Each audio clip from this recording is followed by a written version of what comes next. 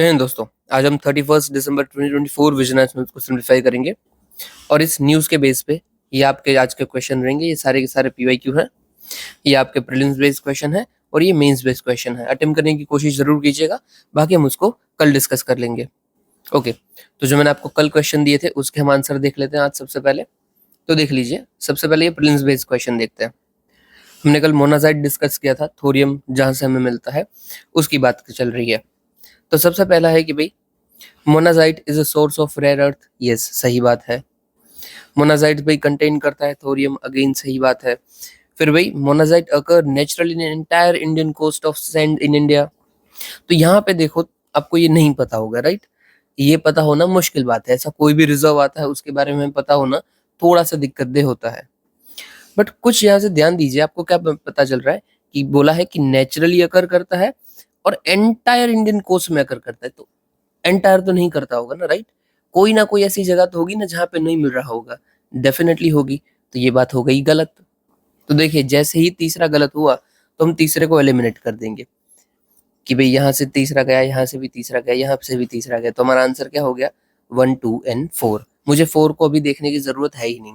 Okay, और 4 था भी क्या कि in India government bodies only can process और एक्सपोर्ट मोनाजाइट। तो हो सकता था कि आप अगर 4 देखते भी पहले तो आप ये ओनली की वजह से थोड़ा डाउट में ही रहते कि ये सही होगा या नहीं होगा, राइट? बट ये हम तीसरे से पूरा का पूरा एलिमिनेट कर सकते हैं। हमेशा जो हार्ड क्वेश्चन होता है ना, बहुत ही यूपीएससी उसमें कुछ ना कुछ आपको ट्रिक जरूर देता है। हमें बस उसे आइडेंटिफाई करना होता है कि हाँ, कहाँ से हम इसको एलिमिनेट कर सकते हैं, फिर उसको एक एलिमिनेट करके आपका आंसर आ जाता है। इसलिए जब भी बहुत हार्ड क्वेश्चन लगे ना, तो 2 मिनट रुकिए और अपना दिमाग खोलिए, वो क्वेश्चन ईजी ही होगा। चलिए अभी आगे देखते हैं जो मेंस बेस्ड क्वेश्चन दिया हुआ था। अगेन ये भी पीवाईक्यू ही था, नीचे वाला भी पीवाईक्यू ही था। तो इजी क्वेश्चन था ये कि हमें कॉजेज बताने थे for the formation of heat islands.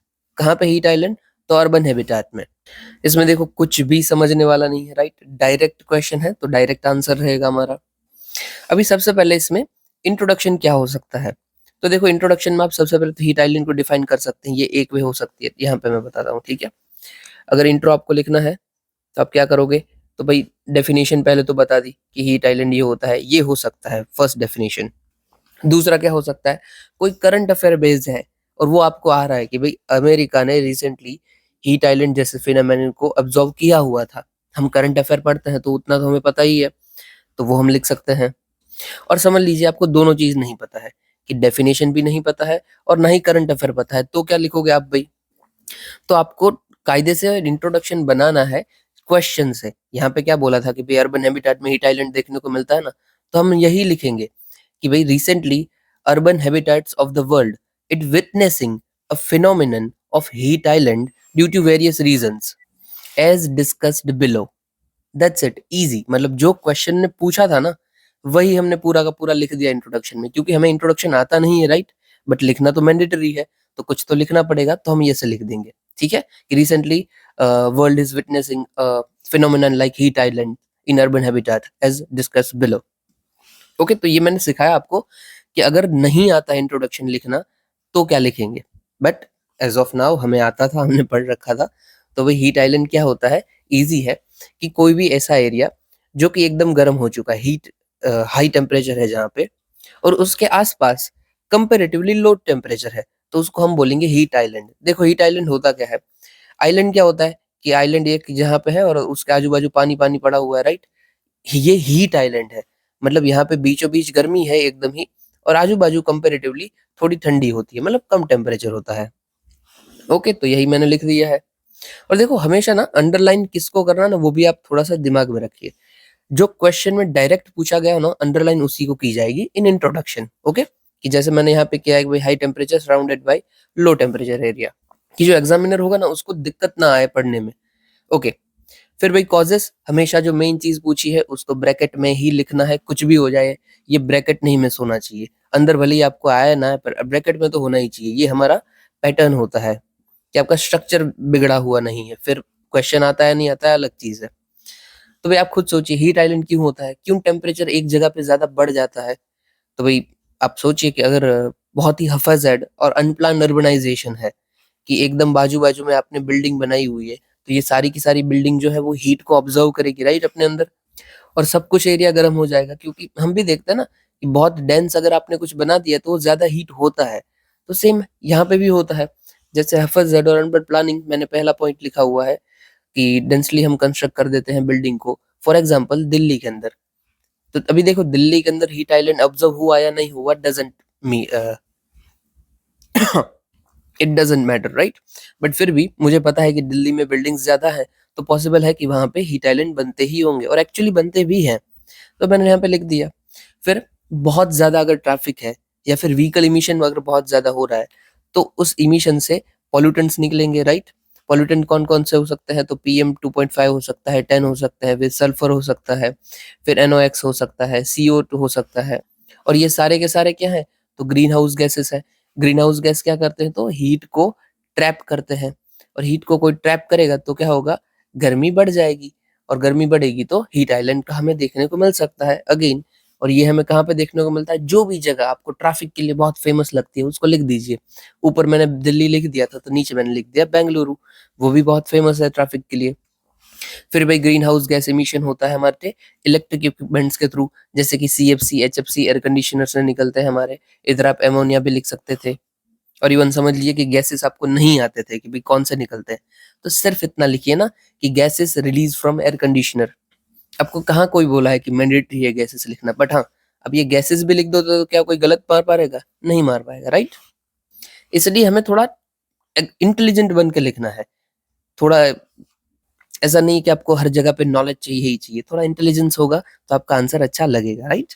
और हाँ, आपका जो भी पॉइंट है ना, वो पॉइंट इतना ही बड़ा होना चाहिए। जैसे मेरा आपको देख रहे हो ना कि ज्यादा से ज्यादा 2 लाइन मैक्स, और फिर डायरेक्ट एग्जाम्पल लिख दो, या फिर मत लिखो। 3 4 5 लाइन का पॉइंट नहीं होता है, वो गलत है अगर आप लिख रहे हो तो। फिर लास्ट पॉइंट है मेरा, heat conductive and capturing material usages, जैसे कि सीमेंट और बिटुमिन। ये लोग ज्यादा गर्म हो जाते हैं ना, और एक बार गर्म होते हैं तो गर्मी ऑब्जर्व ही रहते हैं बहुत टाइम तक। और लास्ट मुझे याद आया कि भाई हीट आइलैंड को मैं बना भी सकता हूँ, तो देखो मैंने जल्दी जल्दी में बना भी दिया कि भाई ये सरफेस हो गया, ये आइलैंड, और यहाँ पे बिल्डिंग्स बना दी। यहाँ पे देखो ये बिल्डिंग्स होती है ऐसी ऐसी, और यहाँ पे क्या है, तो यहाँ पे पेड़ बना दिए। तो ये हीट आइलैंड, यहाँ पे टेम्परेचर ज्यादा और यहाँ पे टेम्परेचर कम। ऐसा ना आपके आंसर को थोड़ा सा यूनिक बनाता है, और आपको एक्स्ट्रा मार्क्स देता है। सबने ऑलरेडी ये सब लिखा ही होगा, ये सब नॉर्मल है, बट शायद ही किसी ने हीट आइलैंड बनाया होगा। अगर हम बनाते हैं तो एक्स्ट्रा मार्क्स मिलते हैं। और देखो, जो इजी क्वेश्चन है ना, ये क्वेश्चन इजी है, राइट। अगर एग्जाम में आता है ये क्वेश्चन इजी है, तो ऐसे क्वेश्चन को आपको ठीक से ही लिखना है। क्योंकि हर कोई क्या करते हैं, 20 क्वेश्चन के चक्कर में इतना जल्दी जल्दी जल्दी लिखते हैं कि जो इजी क्वेश्चन है ना, उसमें भी कुछ कुछ ओके ओके पॉइंट्स लिख देते हैं, कुछ गड़बड़ कर देते हैं। बट हम ऐसा नहीं करेंगे। जो सबसे पहले इजी क्वेश्चन है उसको अच्छे से अटेम्प्ट करना है, और फिर हार्ड क्वेश्चन में आप थोड़ा बहुत अगर नहीं आता है तो थोड़ा जल्दी में जाने दे सकते हैं, ताकि आपको जो आता है उधर तो प्रॉपर मार्क्स मिल जाए, राइट। ओके चलिए, अभी देखो यहाँ पे उन लोगों ने मेजर्स नहीं पूछे हैं कि इसको टैकल कैसे करना, but as a UPSC aspirant हमें ये पता है कि कोई भी चीज पूछी हो, आखिर में उसके मेजर तो लिखने ही लिखने हैं, राइट। कॉजेस तो मैंने यहाँ पे बता दी है, अभी मेजर लिख देते हैं, क्योंकि लिखना मैंडेटरी है भाई। सब मेजर्स, जैसे कि ग्रीन स्टैंडर्ड्स को फॉलो कीजिए। हमने थोड़े दिनों पहले ही पढ़ा था कि ग्रीन कोड बिल्डिंग्स होते हैं, उसको फॉलो करना चाहिए। अगर फॉलो करते तो आपको ग्रीन सर्टिफिकेशन मिलता है कंस्ट्रक्शन में। तो हाँ भाई, हमने पढ़ा था, उसी पॉइंट को यूज किया। फिर हमने ये नगर वन योजना भी पढ़ा हुआ था कि टाउन्स के अंदर अप्रोक्सीमेटली 20 हेक्टर के अंदर मैंडेटरी है आपको फॉरेस्ट बनाना है, तो स्ट्रेंथन करनी है पॉलिसीज ऑफ अफॉरेस्टेशन। ये पॉइंट तो मैं आपको हर जगह बोलता हूँ कि ये स्ट्रेंथनिंग वाला तो पॉइंट रखिए ही रखिए, कि strengthening policy, strengthening legal framework, strengthening rules and regulation, हर जगह जाएगा। यहाँ पे मुझे पॉलिसी पता थी तो मैंने पॉलिसी लिख दिया, और एग्जाम्पल दे दिया कि नगर वन योजना। फिर भाई पब्लिक पार्टिसिपेशन का जरूरत है हमें, कि जैसे टेरेस गार्डनिंग हम कर सकते हैं, और या फिर अपना जो रूफ होता है उसको ग्रीन और व्हाइट कलर कर सकते हैं, जिसके थ्रू क्या होगा, अल्बीडो जो होता है ना वो इंक्रीज हो जाएगा। अल्बीडो क्या होता है कि भाई कितनी सनलाइट हमारे यहाँ पे आती है, ठीक है, अर्थ सरफेस पे, और उससे रिफ्लेक्ट होके कितनी वापस जाती है, जो वापस जाती है ना उसको हम बोलते हैं अल्बीडो। ओके, और जितना वाइट सरफेस होगा उतनी वो सनलाइट ज्यादा रेडिएट करेगा, रिफ्लेक्ट करेगा, और जितना ब्लैक होगा उतनी ज्यादा ऑब्जर्व करेगा। तो रूफ को कौन सा कलर रखना चाहिए, व्हाइट कलर। और फिर एट लास्ट कि हमें रिड्यूस पॉल्यूशन कर सकते हैं हम bye adopting lifestyle for environment life and use of electric and hybrid vehicles. Okay, अभी देखो ध्यान से आप ऑब्जर्व करो, मैंने यहाँ पे लिखा था कि बिल्डिंग ठीक से नहीं बना रहे हैं, तो उसका मैंने सॉल्यूशन भी क्या दिया कि बिल्डिंग ठीक से बनाओ। फिर दूसरा पॉइंट था मैंने कि भाई व्हीकल इमिशन ज्यादा होता है, ये वो, उधर यहाँ पे कॉन्ट्रैक्ट मैंने किया कि भाई ईवी लेके आ जाइए, लाइफस्टाइल इनिशिएटिव लेके आइए। फिर भाई हम इमिशन ज्यादा कर रहे थे, ठीक है, उसको कैसे टैकल कर सकते हैं, तो अफॉरेस्टेशन से टैकल कर सकते हैं, सेम टू सेम मैंने लिखा। और फिर हम मटेरियल गंदा यूज करते हैं, यहाँ पे मैंने बोला कि मटेरियल भी अच्छा यूज कीजिए, जैसे कि वाइट मटेरियल, रूफ कलर कर दीजिए, टेरेस गार्डनिंग कीजिए, ये भी पीपल का था, ये भी पीपल का है। तो आपने जो पॉइंट लिखे हुए ना दिमाग में उसका ही काउंटर सोचिए, तो एग्जाम में आपका टाइम नहीं बिगड़ेगा। क्योंकि वरना क्या होता है यार, क्या करे, डायरेक्ट जो जो इधर पॉइंट लिखा हुआ है उसका ही काउंटर सोच के उधर लिख देना है, और यकीन मानिए आपको आदर्श के थ्रू ये आ जाएगी चीज। ओके, अभी देखो मैंने मेजर्स लिखे हुए ना, जरूरी नहीं है कि कंक्लूजन लिखना चाहिए, बट मुझे उधर सूझ रहा था तो मैंने लिख दिया। बट डू रिमेम्बर, मेजर्स लिखने के बाद it is not mandatory to write conclusion, but हाँ अगर आता है लिख सकते हो तो लिख दीजिए। और देखो मैंने यहाँ पे इजी लिखा है, कुछ दिमाग नहीं लगाया है, कि by this there is possibility to convert heat islands into a heat radiating islands और heat cool island, sorry heat radiating island और कूल आइलैंड्स। राइट, इजी, उसका बस मैंने उल्टा लिख दिया कि हम ऐसा ऐसा करेंगे तो हमारे जो हीट आइलैंड है वो रेडिएटिंग आइलैंड्स बन सकते हैं। मतलब कुछ दिमाग लगाया नहीं, जो था वही का वही लिख दिया, दैट्स इट। और लिख दिया है तो मार्क्स तो मिलेंगे ही, न लिखने से भले ही ना अच्छा है। ओके, अभी हम अपना न्यूज कवर कर लेते हैं। और हाँ यार, आप मुझे बता देना कि ये जो मैं आंसर डिस्कस करता हूँ एक्चुअली आपको हेल्प कर रहा है या नहीं कर रहा है, वरना हम इसको इग्नोर कर देंगे, क्योंकि इसकी वजह से वीडियो की लेंथ बढ़ती है। Please do let me know, ठीक है, और ऊपर से मुझे भी ज्यादा बोलना पड़ता है तो मेरे लिए भी दिक्कत भाई है भाई। चलिए अभी हम न्यूज कवर करते हैं हमारी। ओके, सबसे पहली न्यूज है कि mastering frontier technologies need of hour. ये हमारे डिफेंस मिनिस्टर जी ने कहा है, रक्षा मंत्री ने। सबसे पहले फ्रंटियर टेक्नोलॉजीज कौन कौन सी है, तो जो भी नई टेक्नोलॉजीज आ रही है ना, जैसे कि एआई है, प्रॉक्सी वॉरफेयर है, स्पेस वॉरफेयर है, साइबर अटैक्स है, ये सारे के सारे फ्रंटियर टेक्नोलॉजीज हम बोल रहे हैं। और इससे हमारी सिक्योरिटी डेफिनेटली हैम्पर हो सकती है, ठीक है। जैसे एग्जांपल यहाँ पे क्या बताया है कि फ्रंटियर टेक्नोलॉजीज इन वॉरफेयर कैसे यूज होती है, तो समझ लीजिए एआई का ये लोग यूज करते हैं, एआई पावर ड्रोन्स उड़ा के, उसके थ्रू ये हमारे जो लैंड का सर्वे है, मतलब उसके ऊपर ऑब्जर्वेशन कर सकते हैं, सर्वेलेंस रख सकते हैं, टारगेट सिलेक्शन कर सकते हैं, बहुत कुछ हो सकता है, ठीक है। फिर इलेक्ट्रोमैग्नेटिक वॉरफेयर हो सकता है। अभी देखो वॉर जब होती है, उधर बहुत सारे जो भी डिवाइसेस होते हैं ना, वो इलेक्ट्रोमैग्नेटिक एनर्जी के थ्रू चल रहे होते हैं। उधर ये क्या करते हैं, जैमर्स लगा देते हैं, इलेक्ट्रोमैग्नेटिक जैमर्स लगा देंगे, ताकि कुछ भी नहीं चले, उसको एक्सप्लॉइट कर देंगे पूरी की तो पूरी तरीके से। मतलब कि उसमें देखो उनके भी नहीं चलेंगे वो अलग बात है, बट हमारे भी नहीं चलेंगे, राइट। तो it is offensive as well as defensive effect, कि उसने हमारा भी खत्म कर दिया और खुद का भी डिफेंस कर लिया। फिर है स्पेस वॉरफेयर, तो भाई एसेट बना देना, एंटी सैटेलाइट वेपन्स, कि समझ लीजिए हमारी सैटेलाइट उड़ रही है और यहाँ से चाइना ने अपनी मिसाइल छोड़ के हमारी सैटेलाइट ही तोड़ दी। अभी हमारी सैटेलाइट टूट गई तो हमारे पास कम्युनिकेशन के लिए ही कुछ नहीं बचेगा, तो ये बहुत ही क्रिटिकल हो जाता है, राइट। हमारे पास भी एसेट है, उनके पास भी है, बस ये तो बात चल रही है, ठीक है, करने को तो हम भी सेम चीज कर सकते हैं, वी आर कैपेबल इनफ। और फिर साइबर अटैक भी हो सकते हैं, जैसे कि इंडिया के कुंदन न्यूक्लियर पावर प्लांट में साइबर अटैक हुआ था। और ऐसे अगर क्रिटिकल सेक्टर के ऊपर साइबर अटैक हो सकता है तो हमें थोड़ा ध्यान रखने की जरूरत पड़ती है, राइट। अभी देखो ये क्यों जरूरी हो जाते हैं ऐसे क्वेश्चन, फ्रंटियर टेक्नोलॉजीज तो आप समझ गए, उसके वॉरफेयर में यूज समझ गए, क्यों जरूरी हो जाती है। यूपीएससी हर साल बॉर्डर के ऊपर और सिक्योरिटी के ऊपर एक क्वेश्चन पूछता ही पूछता है। जैसे ये 21 का क्वेश्चन है कि मल्टी डायमेंशनल चैलेंजेस बताइए हमें external state and non state actor के द्वारा इन इंटरनल सिक्योरिटी। तो ये हो गया ना, ये भी मल्टी डायमेंशनल चैलेंजेस ही है, जो कि हम यहाँ पे इसका यूज कर सकते हैं, यहाँ पे जो ये बताया ना फ्रंटियर टेक्नोलॉजीज में, उसका यूज कर सकते हैं। और आपको दूसरे आते हैं तो डेफिनेटली वो तो लिख ही सकते हैं, but we can use it too. और फिर आखिर में मेजर्स बताने हैं कि मेरे मेजर्स बता दीजिए। एक 15 मार्कर है, 15 मार्क्स का क्वेश्चन है, मतलब कि 3 page, not fully 3 page, 2.5 pages. Okay, अभी इश्यूज क्या क्या है फ्रंटियर टेक्नोलॉजीज में, तो ये चैलेंज करता है हमारे इंटरनेशनल सिक्योरिटीज को, क्योंकि डीप स्टेबलाइज कर देता है हमारी पूरी की पूरी चीजों को। और technological capabilities and proliferation of advance technologies to non state actor, उसके दर को बढ़ा देता है, क्योंकि यही टेक्नोलॉजी है अगर टेररिस्ट के पास चली जाए तो भाई क्या होगा, और दिक्कत हो जाएगी और उसको फिर टैकल करना भी हार्ड हो जाता है। फिर भी लीगल गैप्स है, कोई इंटरनेशनल लॉज एग्जिस्ट नहीं करते हैं इस टेक्नोलॉजीज को टैकल करने के लिए, तो ये भी दिक्कत है। फिर डुअल यूज डिलेमा है कि एक बाजू तो एआई आपको अच्छा भी काम करवा सकता है, दूसरी बाजू एआई के थ्रू ही आप मिलिट्री यूज कर सकते हो। तो there is very thin line कि कौन सा यूज होगा, कब यूज होगा, we don't know. So blurring the lines between civilian and military tech use. और अदर इश्यूज में भाई एल्गोरिथमिक बायसेस हो सकते हैं, अकाउंटेबिलिटी इश्यूज हो सकते हैं, और पोटेंशियल आर्म रेसेस भी हो सकती है इन एआई। ये हो सकता है कि भाई चाइना बोले कि उन्होंने ये बनाया है, अभी हम ये बना देंगे, अमेरिका बोले हम ये बना, मतलब ये रेस लग सकती है, जैसे न्यूक्लियर रेस लगती है। ओके, इंडिया ने क्या क्या किया हुआ है फ्रंटियर टेक्नोलॉजीज को टैकल करने, सॉरी अडॉप्ट करने के लिए? तो हमने डिफेंस एआई काउंसिल बनाई है and defence AI project agency बनाई है। फिर project Sikar AI based face recognition surveillance and monitoring system बनाई है in Indian army. Do remember it, right? Project Sikar.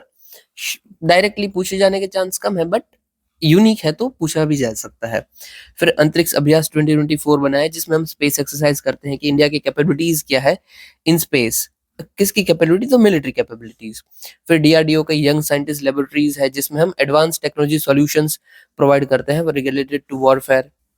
फिर देखो और हम लिख सकते हैं, ये तो हम क्या कर रहे हैं, फ्रंटियर टेक्नोलॉजीज हम कैसे बढ़ा रहे हैं उसकी बात चल रही है, राइट? अभी इसको हम टैकल कैसे कर सकते हैं, हमारे मेजर्स क्या क्या है टैकल करने के लिए? तो लाइन बाय लाइन आते हैं। तो ये साइबर अटैक हुआ था, ठीक है, तो साइबर के लिए हमने क्या बनाया हुआ है? तो सर्टिन बनाया हुआ है। सर्टिन अपना प्लेटफॉर्म है जो कि साइबर अटैक के सामने प्रोटेक्ट करता है। फिर I4C बनाया हुआ है, ठीक है। फिर ये स्पेस की बात चलती है, एसेट, तो भाई हमने भी एसेट बनाए हुए हैं, एंटी सैटेलाइट वेपन्स, ठीक है। फिर भी एआई की बात हम करते हैं, तो हम रिस्पॉन्सिबल एआई की बात किए हुए। रिस्पॉन्सिबल एआई के लिए हमने डिक्लेरेशन भी दी हुई है, दिल्ली डिक्लेरेशन है, ठीक है, कि रिस्पॉन्सिबल एआई का यूज होना चाहिए, या फिर आप ये ब्लेचलीप डिक्लेरेशन भी यूज कर सकते हैं। फिर यहाँ पे इलेक्ट्रोमैग्नेटिक वॉरफेयर की बात चल रही थी, तो हम लिख सकते हैं कि हमने भी बहुत सारी मिसाइल्स डेवलप की है। आप मिसाइल्स को बना सकते हैं, या फिर लेजर लेजर बेस्ड जो हमने अपना टेक्नोलॉजी लाई है, अपना काली, शायद काली ही नाम है जब तक मुझे याद है, काली है एंड दुर्गा है, मतलब दोनों आई हुई है कि ये हमारी लेजर टेक्नोलॉजी, जिसके थ्रू हम इतना तेज लेजर छोड़ते हैं और सबको उड़ा देते हैं। ओके, तो ये सब हमने टैकल लिए हुए हैं, इनिशिएटिव लिए हुए हैं कि हम इनको कैसे टैकल कर सकते हैं। ओके, चलिए नेक्स्ट न्यूज देखते हैं। India reported decline in internet shutdown. तो देखो, कई बार होता क्या है, टेररिस्ट एक्टिविटीज चल रही होती है या फिर इंसर्जेंसी चल रही होती है, अब ये बढ़े नहीं या फिर मिस इन्फॉर्मेशन ज्यादा फैले नहीं, उसलिए हम क्या करते हैं, इंटरनेट को बंद कर देते हैं। रिसेंटली अभी क्या चल रहा था कि थोड़े टाइम पहले जो खालिस्तानी मूवमेंट चल रही थी, कि जो खालिस्तान की डिमांड आ रही थी, उस वक्त हमने उधर इंटरनेट को बंद कर दिया था। फिर मणिपुर में जब बहुत ही ज्यादा वायलेंस हो रही थी, तब हमने उधर इंटरनेट को बंद कर दिया था। वो हम बंद क्यों करते हैं? कि फेक न्यूज ज्यादा ना फैले, हमारा मेन मोटिव यही होता है। और जो इंसर्जेंट है, वो जो एक दूसरे के साथ बातचीत करते हुए माहौल को और खराब कर रहे हैं, वो एक दूसरे के साथ कनेक्शन न बिठा पाए, उनके साथ जो कॉल होता है वो खत्म हो जाए। अभी कॉल क्या यार, इन शॉर्ट इंटरनेट को यूज करते हुए जो ज्यादा में लोग फैलाते हैं फेक न्यूज को, मिस इन्फॉर्मेशन को, वो सब बंद हो जाए, ठीक है। उससे देखो नुकसान तो बहुत ही होता है डेफिनेटली, कि जो अच्छे से, जो समझ लीजिए कोई यूपीएससी की प्रिपरेशन कर रहा है, वो बंदा उधर ऑनलाइन ही पढ़ता है, तो उसका तो भाई नुकसान हो गया। वैसे ही अपनी कोई ऑफिस का काम कर रहा है जो कि एक्सपोर्ट एक्सपोर्ट कर रहे हैं, उनका भी नुकसान हो गया। तो इंटरनेट शटडाउन से बहुत ही ज्यादा नुकसान होता है, बट सिक्योरिटी के लिए कभी कभी हमें करना पड़ता है। रिसेंटली जो डेटा आया था उसमें क्या बोला है, तो इंटरनेट शटडाउन 2024 में बहुत ही कम हुआ है, पिछले 8 साल में सबसे कम है। कितने शटडाउन देखने को मिले हैं? तो 60 शटडाउन देखने को मिले, मतलब कि 60 टाइम इंडिया में इंटरनेट शटडाउन हुआ है अलग अलग जगह पे। अभी इंटरनेट शटडाउन को हम देख लें, तो it is fundamental right under United nation. तो क्या इंडिया ने भी इनसे फंडामेंटल राइट बोला हुआ है? यस, बोला हुआ है। कहाँ पे बोला है? तो एक जजमेंट आया था, फहीमा शिरीन केस 2019, जहां पे बोला कि भाई इंटरनेट का एक्सेस जो है, इंटरनेट यूज करना, it is fundamental right under article 21 and 19।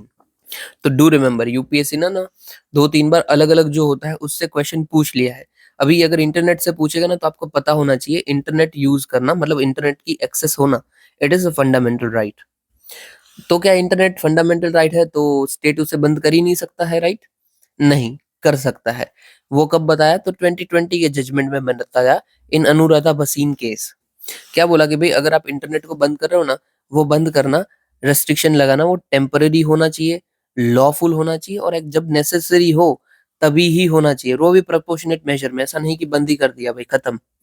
इसका मतलब क्या है? यस, फंडामेंटल राइट तो है इंटरनेट होना, बट उसका मतलब ये नहीं है कि उसके ऊपर कोई भी रेस्ट्रिक्शन नहीं लग सकता है, क्योंकि एक भी राइट हमारा ऐसा नहीं है जिसके ऊपर रेस्ट्रिक्शन ना लिख सकते हो। ठीक है, तो इसके ऊपर भी लगते हैं। ओके, कॉन्स्टिट्यूशनल प्रोविजंस देख ले तो आर्टिकल 19 क्लॉज 2 के अंदर बताया गया है कि आपके ऊपर right to freedom of expression तो है, बट उसके ऊपर एक्सेप्शन क्या लग सकता है कि गवर्नमेंट को अगर लगता है कि स्टेट की सिक्योरिटी के लिए जरूरी है, पब्लिक ऑर्डर मेंटेन करने के लिए जरूरी है, तो आपके ऊपर इम्पोज कर सकती है रीजनेबल रेस्ट्रिक्शंस। ओके, दूसरा और कहाँ-कहाँ पे बताया हुआ, क्यों करती है? तो मिस इन्फॉर्मेशन, प्रोटेस्ट और अनरेस्ट को टैकल करने के लिए। स्टैट्यूटरी प्रोविजन और कौन-कौन सा है? तो टेलीग्राफ एक्ट 1885 में ये भी बताया हुआ है सेम चीजें। फिर सेक्शन 144 ऑफ सीआरपीसी यानी कि बीएनएसएस में भी ये चीज बताई हुई है। अभी देखो ये ना सेक्शन 44 याद मत रखिए, मतलब हो जाता है तो ठीक है, बाकी याद रखिए सेक्शन 163, क्योंकि बीएनएसएस के अंदर ये सेक्शन 144 को हमने 163 के अंदर ट्रांसफर कर दिया है। ओके, अभी भाई इंटरनेट एक्सेस होती है, ये क्यों जरूरी है? तो भाई सस्टेनेबल डेवलपमेंट गोल को मीट करने के लिए, sustainable development goal 4 education, gender equality 5, reduce inequality 10, और एट लास्ट भाई इम्पैक्ट क्या क्या पड़ सकता है? तो इकोनॉमिक पर इम्पैक्ट पड़ता है, ये मैंने बता दिया आपको। ठीक है, digital economy, startup, tourism sector सब पे पड़ेगा। डिसरप्शन होता है एजुकेशन और हेल्थ को, इंटरनेट शट डाउन होता है तो ऑनलाइन एजुकेशन खत्म हो जाएगा। टेलीमेडिसिन हम चलाते हैं वो भी नहीं हो सकता, इमरजेंसी सर्विसेज को भी हैम्पर होगा। ठीक है, चलिए नेक्स्ट। फिर है भाई आरबीआई की फाइनेंशियल स्टेबिलिटी रिपोर्ट आई है दिसंबर 2024 की। सबसे पहले तो ये असेसमेंट करता कौन है? तो financial stability and development council की सब कमिटी करती है। ओके, बोला क्या गया है भाई? तो रिसेंटली इंडिया की जो इकोनॉमी है उसकी जीडीपी की प्रोजेक्ट की है हुई है 6.6%। फिर जो हमारा डेट टू जीडीपी रेशियो है, मतलब जीडीपी के सामने हमारा कितना डेट है, वो रेशियो अगर हम देखते हैं तो ये ऑलमोस्ट 56.8% जितना होगा अभी के लिए। ये हमारा 2021 में 62% जितना था वो घट जाएगा। और स्टेट की जो लायबिलिटीज है वो भी डिक्लाइन हो जाएगी। ठीक है, स्टेट का जो आउटस्टैंडिंग है, उन्होंने जो उधार ले रखा हो, वो भी 28% के आसपास आ जाएगा। और दूसरा उन्होंने बताया जो शेड्यूल कमर्शियल बैंक है तो वो बहुत ही अच्छा परफॉर्म करने वाली है कि भाई उनका प्रॉफिट अच्छा रहेगा, नॉन परफॉर्मिंग एसेट्स होंगे वो कम होंगे, एडवोकेट उनके पास कैपिटल और लिक्विडिटी बफर्स भी रहेंगे। इससे इन शॉर्ट हमें क्या बताना चलता है कि जो बैंक्स हैं वो अगले साल बहुत अच्छा काम करने वाली है। अगर आप स्टॉक मार्केट में इन्वेस्ट करते हो तो आंखें बंद करके अच्छी अच्छी बैंक में पैसा डाल दीजिए, अगले साल तक डेफिनेटली बढ़ ही जाएगा। ओके, अभी फाइनेंशियल स्टेबिलिटी डेवलपमेंट कमेटी की बात करें तो it is non statutory body. ठीक है, इसको चेयर कौन करते हैं? तो फाइनेंस मिनिस्टर चेयर करते हैं। मेंबर्स में कौन होते हैं? जो फाइनेंस बड़े बड़े ऑफिसेज है हमारे, रेगुलेटर्स जैसे कि RBI, SEBI, PFRD, IRDA, FMC, finance secretary, ये सब इसके मेंबर रहते हैं। ठीक है और इसको अगर चाहे तो और मेंबर बढ़ा भी सकते हो। कौन बढ़ा पाएगा? तो ये कमेटी खुद ही बोल सकती है चलो भाई और बढ़ा देते हैं। ठीक है, शायद नहीं नहीं, इसको इग्नोर करना। ठीक है, स्टेट गवर्नमेंट सेंट्रल गवर्नमेंट ही आखिर में बढ़ाएगी, ये खुद नहीं बढ़ा पाएंगे शायद। फंक्शन क्या क्या है? तो भाई काउंसिल डील करता है इंटर एलिया मेजर्स जैसे कि financial stability, financial sector development, inter regulatory coordination etcetera. दूसरा इन्होंने क्या बोला है कि इंडिया की इकोनॉमी को चैलेंजेस क्या क्या है? सबसे पहले डोमेस्टिक चैलेंजेस को देख लेते हैं। तो हमारा ट्रेड डेफिसिट बढ़ रहा है। ट्रेड डेफिसिट क्या होता है कि बाहर से हम कितना इंपोर्ट कर रहे हैं, ठीक है, और अपना कितना एक्सपोर्ट कर रहे हैं, बाहर कितना हमारा जा रहा है, तो हो जाएगा एक्सपोर्ट। अब जब आपका इंपोर्ट ज्यादा होता है, ठीक है, मोर इंपोर्ट ज्यादा हो और जो एक्सपोर्ट है वो लेस हो, तो उसको हम बोलेंगे ट्रेड डेफिसिट। फॉर एग्जाम्पल लेते हैं, ठीक है, समझ लीजिए इंपोर्ट मैंने किया 100 रुपए का और मैंने एक्सपोर्ट किया था वो था 80 रुपए का, तो जो 20 रुपए का जो गैप है ना, वो 20 रुपए मेरे हो जाएंगे ट्रेड डेफिसिट। ठीक है, यही अगर चीज उल्टी होती, मतलब ट्रेड सरप्लस, सरप्लस क्या है? तो एक्सपोर्ट ज्यादा हो जाए तो वो ट्रेड सरप्लस है। फिर भाई एक्सट्रीम वेदर इवेंट्स है कि भाई साइक्लोन आ गए, फ्लड्स आ गए, फिर फूड इन्फ्लेशन है वो बढ़ता जा रहा है, ये सब डोमेस्टिक रीजंस है। और ग्लोबल रीजंस की बात करें तो भाई पब्लिक डेट ज्यादा है हमारा, फिर जियोपॉलिटिकल कॉन्फ्लिक्ट्स हो रही है, और टेक्नोलॉजीज जो इमर्ज हो रही है उससे भी थ्रेट बहुत सारे आ सकते हैं, जैसे कि एआई। भाई एआई बहुत लोगों की जॉब लेके जाएगा, ठीक है। फिर नीचे देखते हैं इंडस्ट्री को अडॉप्ट, सॉरी, इंडस्ट्री 4.0। तो भाई ये ऐसी smart and connected production system है जो कि डिजाइन करती है to sense, predict, interact with physical world. Okay, कौन कौन से इंशॉट आएगी अडॉप्शन इन इंडिया में देखें तो ऑटोमेटिव, इलेक्ट्रॉनिक और फार्मास्यूटिकल्स ज्यादा फ्रॉड फ्रंट रनर है, जल्दी से इसको अडॉप्ट कर रहे हैं, जबकि टेक्सटाइल, मेटल, माइनिंग ये लोग को अडॉप्ट नहीं कर रहे हैं। अब ये सबसे पहले तो भाई होता क्या है, भाई तो पता नहीं, भूल गया। तो इंडस्ट्री 4.0 देख लीजिए। तो भाई क्लाउड कंप्यूटिंग का यूज करना, साइबर सिक्योरिटी का यूज करना, इंटरनेट ऑफ थिंग्स का यूज करना, फिर system integration, simulation, raw autonomous robots, big data, augmented reality, मतलब कि एआर, एडिटिव मैन्युफैक्चरिंग, इन सब का अगर कोई इंडस्ट्री यूज कर रही है तो उसको हम बोलेंगे इंडस्ट्री 4.0। ठीक है, ये सब टेक्नोलॉजीज है, इमर्जिंग टेक्नोलॉजी है, तो इस टेक का इन शॉर्ट यूज करना। तो हमने क्या देखने को मिल रहा है कि ये जो ऑटोमोटिव, इलेक्ट्रॉनिक्स, फार्मास्यूटिकल्स है वो तो इनका बढ़ चढ़ के यूज कर रही है, बट टेक्सटाइल, मेटल्स, माइनिंग वाले इनका यूज नहीं कर रहे हैं, और हालांकि इनको यूज कम भी पड़ता है बट कर नहीं रहे हैं, वही न्यूज में था। की ड्राइवर्स कौन कौन से हैं, तो भाई वर्कफोर्स का स्किल अप्स हो रहा है, डिजिटल इंफ्रास्ट्रक्चर है, सस्टेनेबिलिटी है, एक्सेट्रा। ओके, बैरियर्स क्या क्या है अडॉप्ट करने में, तो एमएसएमई को इतनी अवेयरनेस ही नहीं है कि ये इंडस्ट्री में फोकस करना चाहिए, ज्यादा पैसा मिल सकता है। टेक्नोलॉजिकल बैरियर्स है हमारे पास, पुरानी पुरानी सिस्टम पड़ी हुई है, नई टेक्नोलॉजी से हम अडॉप्ट ही नहीं हो पा रहे हैं अभी तक। फिर डेटा इंटीग्रेशन नहीं है हमारे पास, बिग डेटा हर जगह पे फैला हुआ है बट हमारे खुद का नहीं है, तो हमें हैंडल करने भी मुश्किल पड़ती है और हम कर भी नहीं पाते हैं कायदे से। फिर साइबर सिक्योरिटी के रिस्क होते हैं, अभी छोटे मोटे में भी पिछले साल 23,000 करोड़ का हमें सिर्फ फ्रॉड हो गया था। जब तक मुझे याद है तो 23,000 करोड़ है या फिर 2300 करोड़ है, इतना फ्रॉड हो गया था पिछले साल। तो साइबर रिस्क तो डेफिनेटली बहुत ज्यादा है, और बढ़ेगा तो और ज्यादा होगा। फिर वही फाइनेंशियल कॉन्स्ट्रेंट है, पैसा ही नहीं रहता है उतना, और फिर ह्यूमन रिसोर्स के भी इशू है कि ह्यूमन के पास स्किल इतने नहीं है। ओके, वे फॉरवर्ड क्या है, क्या कर सकते हैं, तो भाई हार्नेस करो ग्लोबल वैल्यू चेन को, फिर डेवलप करो डिजिटल स्ट्रेटेजीज और इम्प्लीमेंटेशन रोड मैप्स की जो फेज वाइज आप करोगे, फिर प्रायोरिटाइज करो की टेक्नोलॉजीज को, सच एआई, ऑटोमेशन, और इन्वेस्ट करो वर्कफोर्स जो भी है उसके अपस्किलिंग में। ओके, हमने क्या क्या अब तक कर लिया है गवर्नमेंट ने, तो भाई समर्थ उद्योग भारत 4.0 हम लेके आए हैं, जो कि प्रोवाइड करता है इंफ्रास्ट्रक्चर ट्रेनिंग और एक्सेलरेट करता है एडवांस मैन्युफैक्चरिंग को। फिर मेक इन इंडिया 2.0 लाया, जो अगेन इन्वेस्टमेंट करता है हाईटेक मैन्युफैक्चरिंग में। और डिजिटल इंडिया हमने मिशन लाया है, जो कि डिजिटल एम्पावरमेंट करवाता है ताकि लोगों के अंदर स्किल्स भी आए और इनोवेशन इकोसिस्टम भी डेवलप हो। ओके, नॉर्मल था। अभी ये क्यों जरूरी है ऐसा सब याद रखना, डायरेक्टली क्वेश्चन आ सकता है, डू ट्रस्ट मी, डायरेक्टली आ सकता है कि what is industrial revolution 4.0। Sorry, industrial revolution ना है शायद, बस ऐसा आ जाए इंडस्ट्री 4.0 क्या है और उसके क्या क्या फायदे हो सकते हैं या फिर क्या बैरियर्स हैं। जैसे कि ऑलरेडी पूछा जा सका है 2020 में कि emergence of fourth industrial revolution has initiated e governance as integral part of government. Okay, तो फोर्थ रिवॉल्यूशन से क्या हमें इन शॉर्ट गवर्नमेंट्स में यूज आ सकता है, ये मैं डिस्कस करना था। हटाइए, इन शॉर्ट मेरा मतलब यही है बताने का कि ऐसे क्वेश्चन आते हैं तो पॉसिबल है इंडस्ट्री 4.0 भी पूछा जा सके। तो याद रखना इसके अंदर क्या क्या आता है और उसके हमने इनिशिएटिव क्या क्या ले रखे। इन शॉर्ट जो डिजिटलाइजेशन के इनिशिएटिव है वही इसके इनिशिएटिव है। इवन ना अ, एक मुझे याद आया, हमने योटा D1 भी बनाया हुआ है। योटा D1 नोएडा के अंदर बना है, जब तक मुझे याद है। ये योटा D1 क्या है, तो हमारा भाई डेटा सेंटर है और कुछ भी नहीं, ठीक है। पर ध्यान रखना योटा D1 सबसे बड़ा इंडिया का डेटा सेंटर नोएडा के अंदर हमने बनाया हुआ है। ओके, चलिए अभी ये देखते हैं कि इंडिया ने भाई स्पेस डेक्स मिशन को एक्सपेरिमेंट किया है। स्पेस डेक्स क्या है, किधर से किया है, सबसे पहले तो श्रीहरिकोटा से किया है, ठीक है। कौन सा रॉकेट से किया, तो PSLV C60 रॉकेट के थ्रू किया है। ओके, अभी स्पेस डेक्स होता क्या है, अब ये स्पेस डेक्स है क्या इन शॉर्ट, उसको हम देख लेते हैं।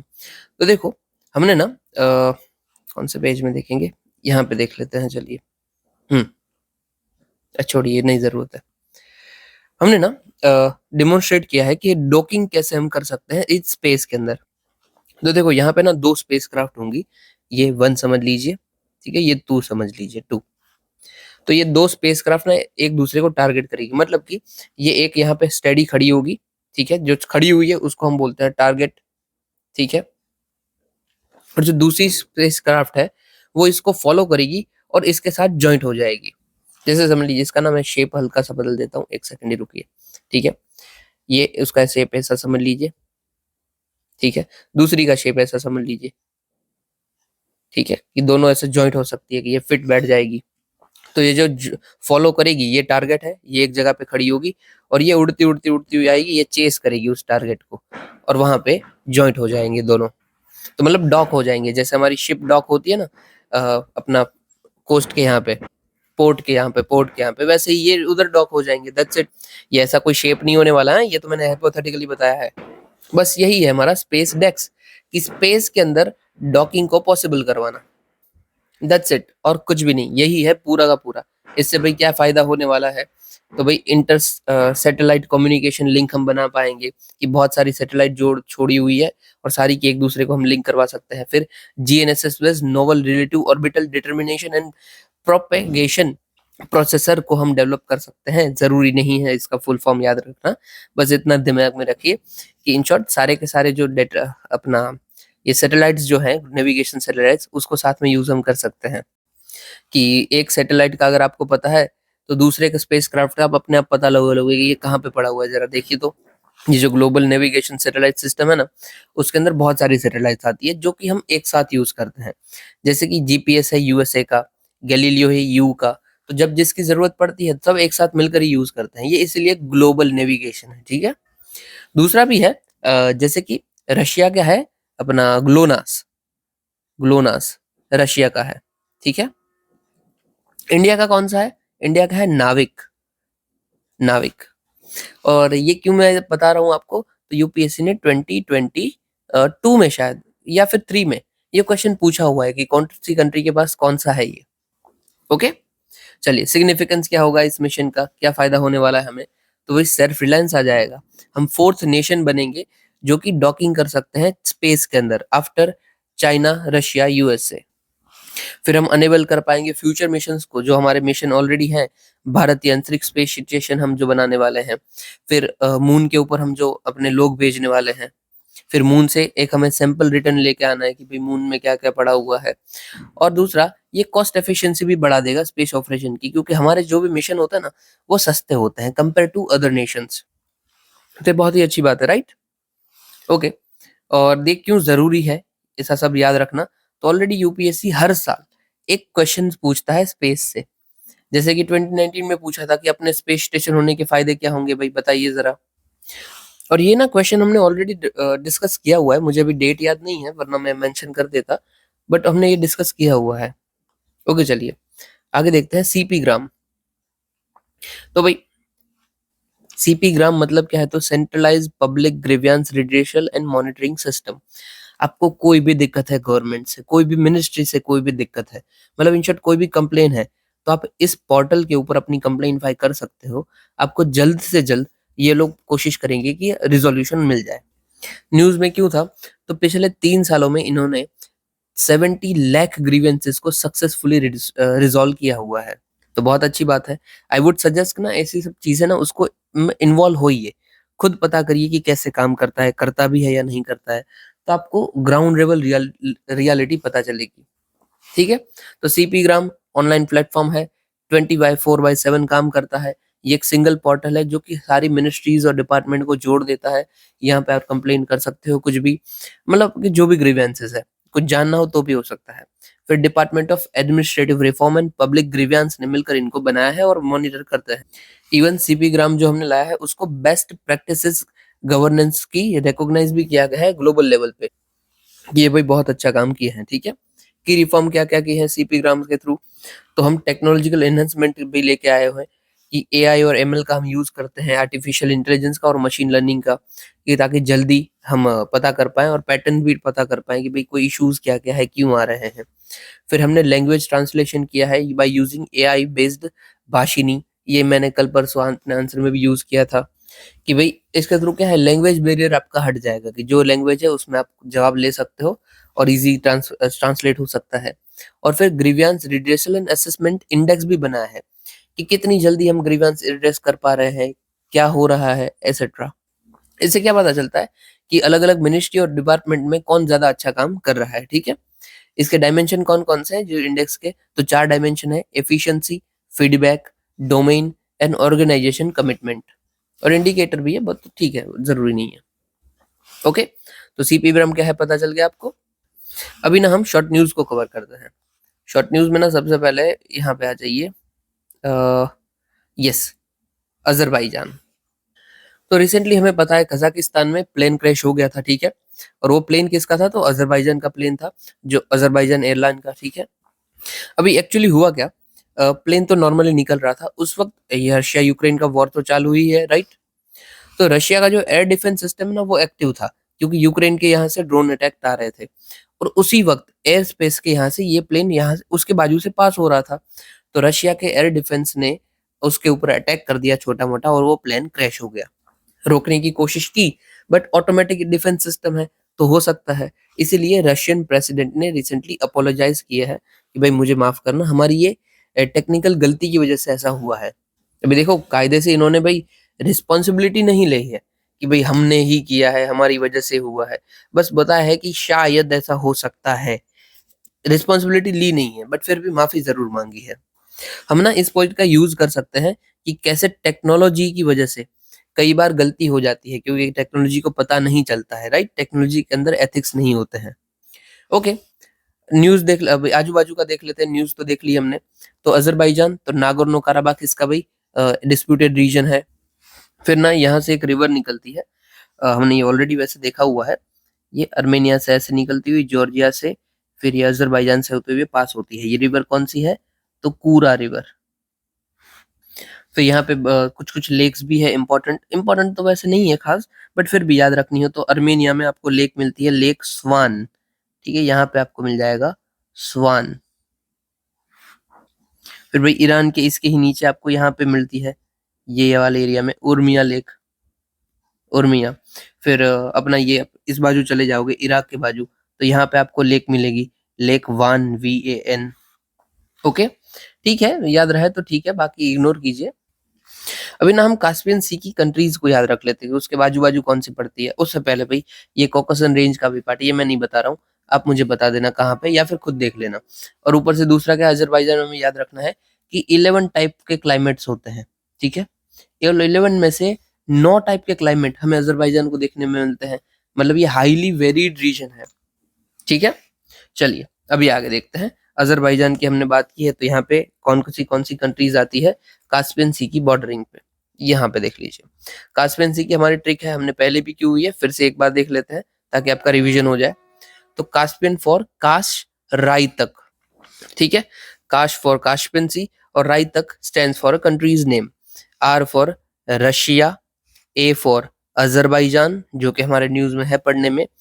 फिर आई फॉर ईरान, और T for Turkmenistan, and K for Kazakhstan. तो हमारा बन गया ना राई तक, ठीक है। और इस क्रोनोलॉजी में है, ऐसे हमारा ये राउंड फिर घूमता है, ठीक है। और ये कास्पियन सी में कौन कौन सी रिवर आती है, तो भाई यहाँ पे बहुत बड़ी रिवर है, वोल्गा रिवर आती है, ठीक है। जूम ऑन करता हूँ और एक बार, वोल्गा रिवर है यहाँ पे, यूराल रिवर है, फिर एक एम्बा रिवर भी आती है, बट ये बड़ी नहीं है, पर एम्बा रिवर भी आती है। और ये अजरबैजान के थ्रू यहाँ पे कूरा रिवर भी आती है, कूरा, पर वो भी इतनी बड़ी नहीं है जितनी कि ये दोनों बड़ी है, वोल्गा एंड यूराल। और देखो यहाँ से आपकी कूरा रिवर आ रही है ना, तो उसी के यहाँ पे सामने कौन सा बे बनता है, तो कारा बोगाज बे। याद रखने का जरूरत नहीं है, बट दिख गया है तो देख लो। और फिर छोटा सा क्वेश्चन यहाँ से ही बनता है कि कास्पियन सी की राइट हैंड साइड में आपको अरल सी मिल जाता है। ये पूरा का पूरा जो है ना वो अरल सी है। अरल सी में कौन सी रिवर्स आती है, तो दो रिवर्स है, दो निकलती है, एक अमू दरिया और दूसरी है साय दरिया, ठीक है। एक है अमू और दूसरी है सायर। और ये जो अपना ये अरल सी है, वो कौन सी कंट्रीज को दो, कौन सी कंट्रीज में है, तो एक तो ये उज्बेकिस्तान में है और दूसरा ये कजाकिस्तान में है, ठीक है। दो ही कंट्रीज है। तो दैट्स इट, कास्पियन सी हमारा पूरा का पूरा हो गया। कोड क्या याद रखना है आपको, तो काश राई तक, ठीक है। तो कास्पियन सी और राई तक मतलब इसकी कंट्रीज। फिर नीचे देख लीजिए कि सुएज कैनाल भी न्यूज में है, तो उसके आजू बाजू देख लेते हैं। सबसे पहले तो हमारा ये जो कोड है उसी को देख लेते हैं। जो ये जो GCC वाला एरिया है, मतलब कि ये जो अरबियन पेनिनसुला है, उसके आजू बाजू क्या आता है उसको देखो। तो उसके ऊपर बाजू देखते हो तो यहाँ पे ये पर्शियन गल्फ है, बीच में आपको आता है स्ट्रेट ऑफ हॉर्मोस, और उसके यहाँ पे आप पहुंच जाओगे तो भाई गल्फ ऑफ ओमान, PHO, ठीक है। और याद कैसे रहेगा, PHO ऊपर आता है तो ये तो ईरान है ना, और ईरान का पूरा नाम क्या था, पर्शिया, तो यहाँ पे कौन सा गल्फ है, तो पर्शियन, ठीक है, तो पर्शिया, पर्शियन। फिर नीचे हम आ जाते हैं तो रब्बा है हमारा, RBA, R stand for Red Sea, ठीक है, Red Sea. B stand for Bab al Mandeb, Bab al Mandeb. And A stands for Aden, Gulf of Aden, ठीक है। तो हमारा कोड क्या हमेशा रहने वाला है, हम बार बार इसको करते हैं, RBA और ऊपर में PHO। अभी इसी में हमें जूम करना है, जो रेड सी पे जो बात चल रही ना वहां पे जूम मारो, तो ये रेड सी, और इसके एकदम दो स्ट्रीम जाती है, रेड सी जाता है ना, तो वहां से दो गुट बन जाता है। ये वाला जो नीचे वाला है वो है अपना सुएज कैनाल, और जो ऊपर जाता है ना वो है हमारा अकाबा, गल्फ ऑफ अकाबा, ठीक है। हमने ये वैसे भी पहले भी बात की हुई है, बट फिर से एक बार। और हाँ देखो, ये है छोटू सा, ये देखो इधर भी पानी है और इधर भी पानी है, तो दोनों बाजू जो पानी से घिरा हुआ है उसको हम क्या बोलेंगे, इस्थमस बोलेंगे, इस्थमस, ठीक है। तो ये हो गया, यही न्यूज में था, ऊपर ऊपर में दिखा भी देता हूँ आपको, यहाँ पे देख लीजिए, सुएज कैनाल। तो भाई इजिप्ट ने बोला है कि उसको थोड़ा बड़ा कर रहे हैं, वो हटाओ, ये वो कुछ काम करनी है हमारे। 1859 में बना था इस्तुमस ऑफ सुएज, यहाँ पे आता है, हमने बात कर ली उसकी। ये किसको कनेक्ट करता है, तो रेड सी को मेडिटेरियन सी से कनेक्ट करता है, ठीक है। सिग्निफिकेंस क्यों है, तो 12% ऑफ ट्रेड यहाँ से निकलता है, और यहाँ पे एक बादल मंदब स्ट्रेट भी है, यहाँ पे पड़ता है, ये हमने देख लिया। ओके, अभी आगे देख लीजिए, दूसरे सीज भी अगर आए हुए हैं तो सारे सीज हम देख ही लेते हैं। कास्पियन सी देख लिया, रेड सी देख लिया, अभी ब्लैक सी देख लीजिए।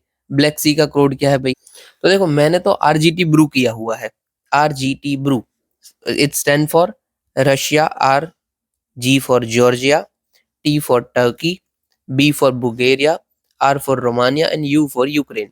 इसमें देखो मुझे क्या याद नहीं करना पड़ता है, तो रशिया के बाजू में यहाँ पे यूक्रेन है, वो भी नहीं करना पड़ेगा, और जॉर्जिया को भी नहीं करना पड़ेगा, क्योंकि वो दोनों तो बाजू बाजू में मुझे पता है।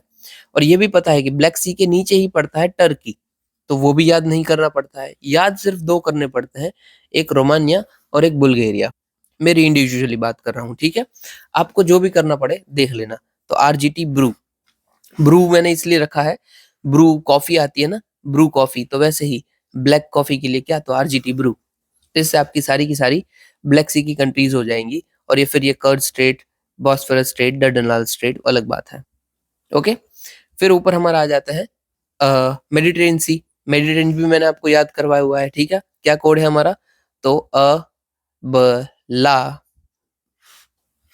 फिर नीचे TIC, और ना TIC ना ये ला के नीचे है ना, वही देखना है, तो ही आपका लाइन में बैठेगा। दूसरा भी क्या देख सकते हैं आप, तो ये देखिए AB, फिर यहाँ पे दो बीच में छोड़ दीजिए, फिर यहाँ पे AI और यहाँ पे AC, तो AB, AI, AC, और यहाँ पे जो बीच में आता है उसमें ILT, लिंगुरियन एंड तिहेरियन। ये सारे के सारे सी हमने 50 बार किए हैं, तो मैं उम्मीद करूंगा कि आपको आते ही होंगे, ठीक है। एक बार बस देख लेते हैं, तो अल्बोरान, बेलियारिक, लिंगुरियन, एड्रियाटिक और एजियन, और नीचे आपका Tyrrhenian, Ionian and Sea of Crete, ठीक है। चलिए सारे देख लिए हैं, अभी वरी से न्यूज में हम देखते हैं। सुएज का तो न्यूज देख लिया हमने, राइट, यहाँ पे भी। हाँ ये रह गया भाई, प्राइवेट मेंबर बिल।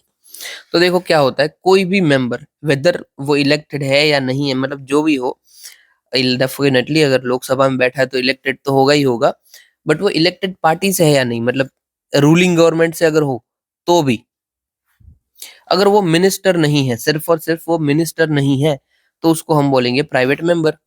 और अगर वो प्राइवेट मेंबर कोई बिल को इंट्रोड्यूस करता है कि भाई मेरी तरफ से ये बिल की मैं ये चाहता हूँ कि ये हम बदलाव लाए, तो उसको हम बोलेंगे private member bill. For example ले लीजिए, राहुल गांधी है, वो इलेक्टेड है, ठीक है।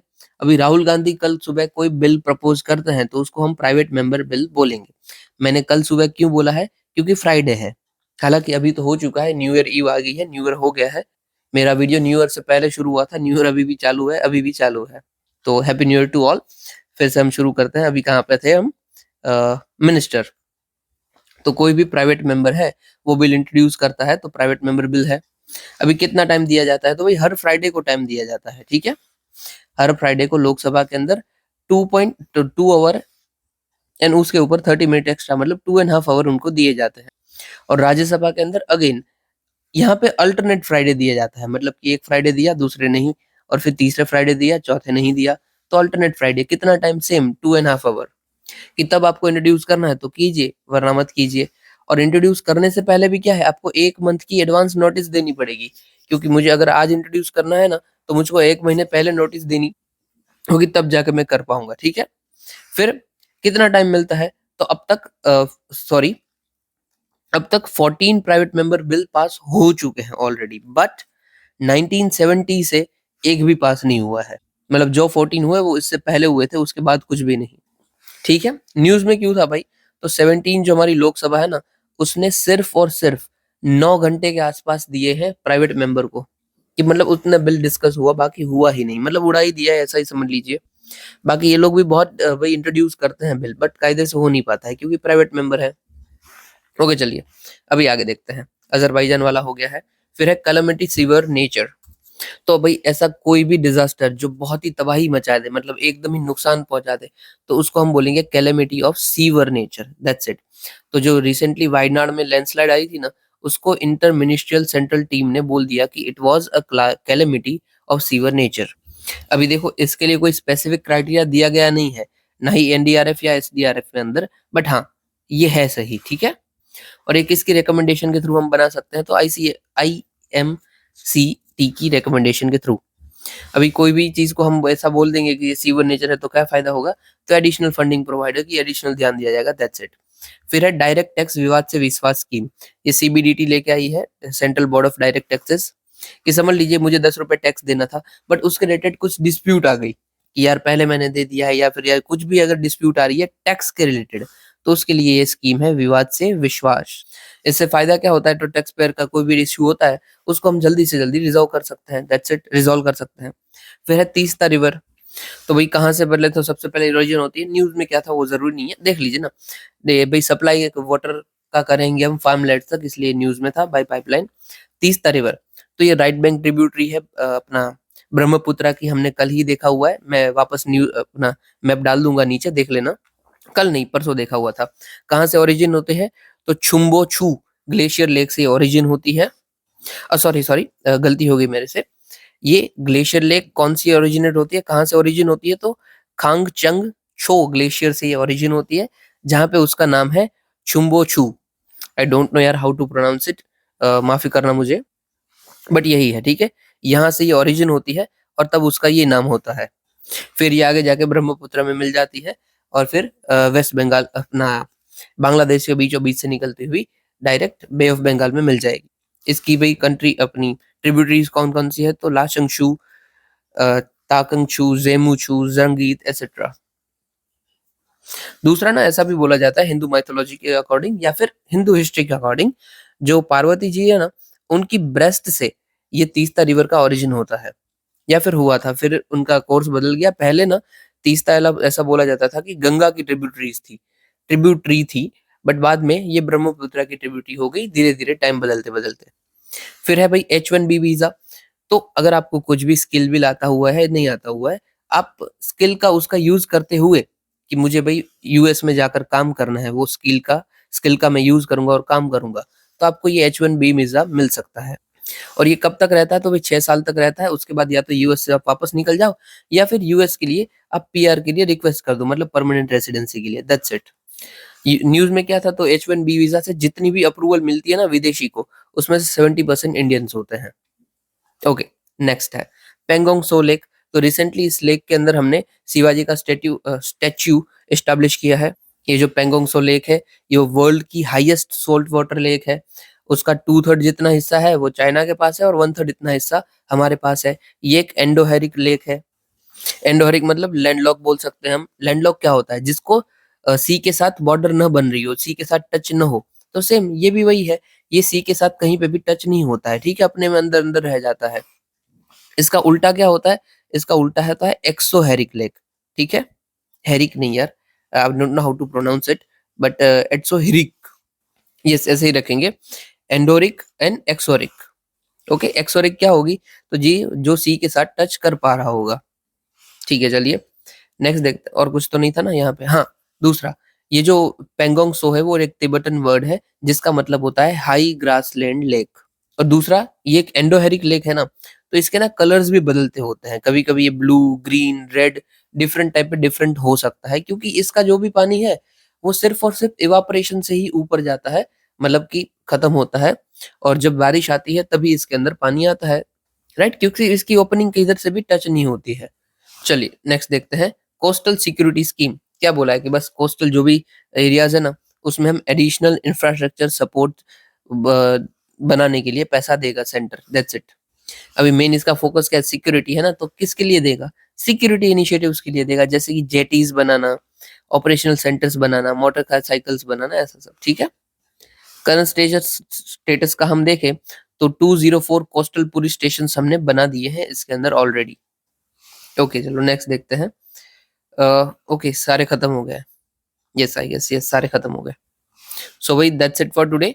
आप ये जो मैंने आपको क्वेश्चन दिए हैं शुरुआत में, उसको देख लेना और अटेम्प्ट करने की कोशिश जरूर करना। ये सारे के सारे आपके पीवाईक्यू हैं, तो अगर आप करते हो तो चांसेस बढ़ जाते हैं कि अगर रिपीट होंगे तो आप गलती नहीं करोगे। ठीक है, और ये मेंस बेस है, उसको भी देखना, अगर आप कर सकते हो तो डेफिनेटली करना। बाकी सबको हम कल डिस्कस कर लेंगे। तो इतना सुनने के लिए आपका शुक्रिया। जय हिंद and once again happy new year.